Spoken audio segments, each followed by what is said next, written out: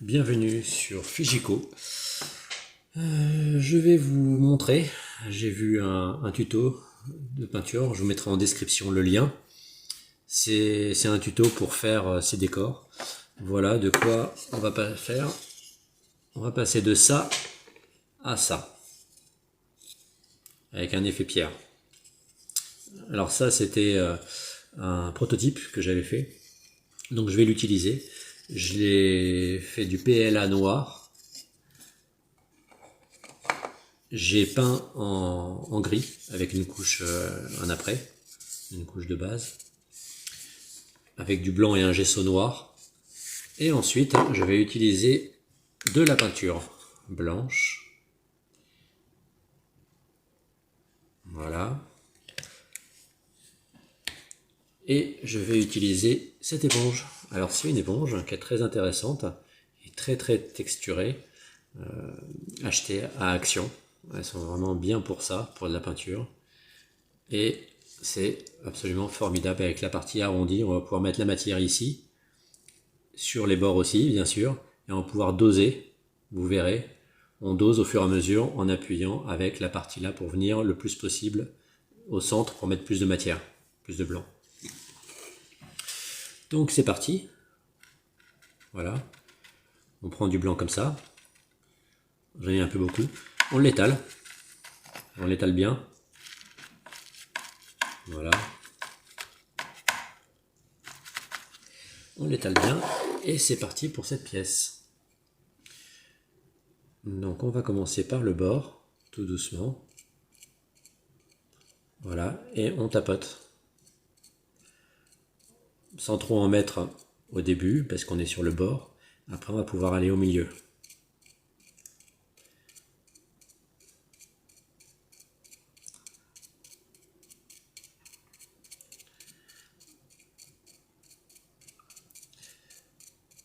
La personne dont je me suis inspiré, que je vais mettre en lien dans les commentaires, j'ai participé à un Quick Starter.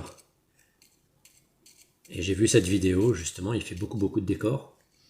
Et vous verrez le Quick Starter après. Donc là, vous voyez qu'il y a des parties un peu plus noires, on va mettre juste une pression de blanc. À certains endroits plus qu'à d'autres, pour faire des reflets. Voilà. Et là, on arrive à presque la même chose. Tout simplement, et après on répète. C'est un système de tampons. Voilà. Je sais pas si on peut l'imprimer en 3D aussi, cette éponge. Donc une fois peint, voici ce que ça donne sur les côtés. Voilà, ça rend assez bien, je pense. Ensuite, par exemple, celle-ci. Donc la technique est identique à l'éponge. On revient par endroits pour apporter du blanc, des touches supplémentaires. La peinture sèche assez vite quand même.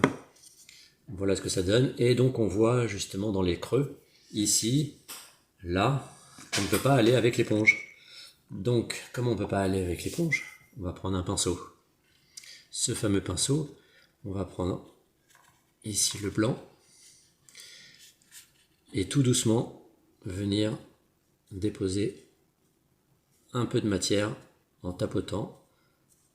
Bon, il faut doser, il ne faut pas y aller trop fort. Voilà, c'est prendre le temps de bien faire les choses, savoir ralentir, ne pas aller trop vite.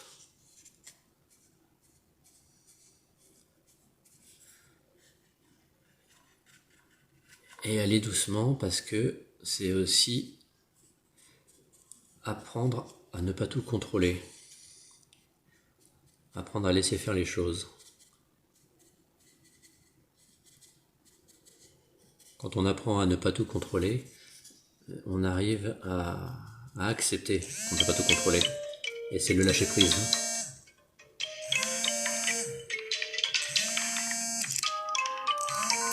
Là j'en ai mis un peu beaucoup. Malheureusement. Et voilà ce que ça donne. On en rajoute un peu ici. On peut faire comme ça, mais l'effet n'est pas très bien avec le pinceau. On voit ici des petits éclats. Je ne sais pas si on le voit bien en vidéo, dites-le moi dans les commentaires. Voilà. Et voilà ce que ça donne. Avec cette version déjà pré-imprimée.